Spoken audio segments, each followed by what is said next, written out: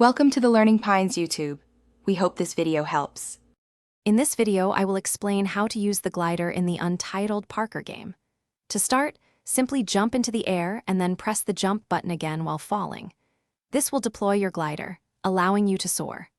Remember, you need to be at least 5 meters off the ground for the glider to properly activate and give you enough airtime.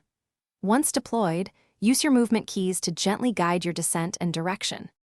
Once you've mastered the basics, you can try some advanced maneuvers. Tapping the forward key can give you a brief speed boost, useful for clearing gaps up to 20 meters wide.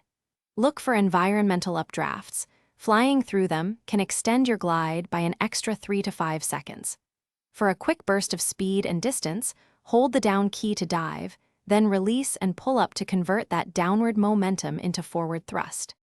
The glider is an invaluable tool for maintaining your parkour flow. It allows you to cover vast horizontal distances, often saving you 10 to 15 seconds on longer routes compared to ground travel. You can effortlessly bypass intricate ground obstacles or hazardous zones. Try combining a short glide with a wall run.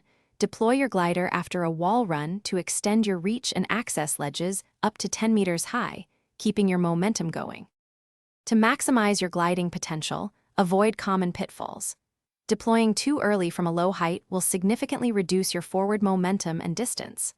Always keep an eye on your stamina bar. Continuous gliding consumes energy, typically lasting about 20 seconds before needing a recharge.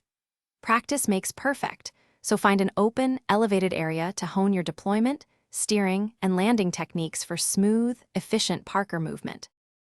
Thanks for watching. Consider subscribing if we helped you.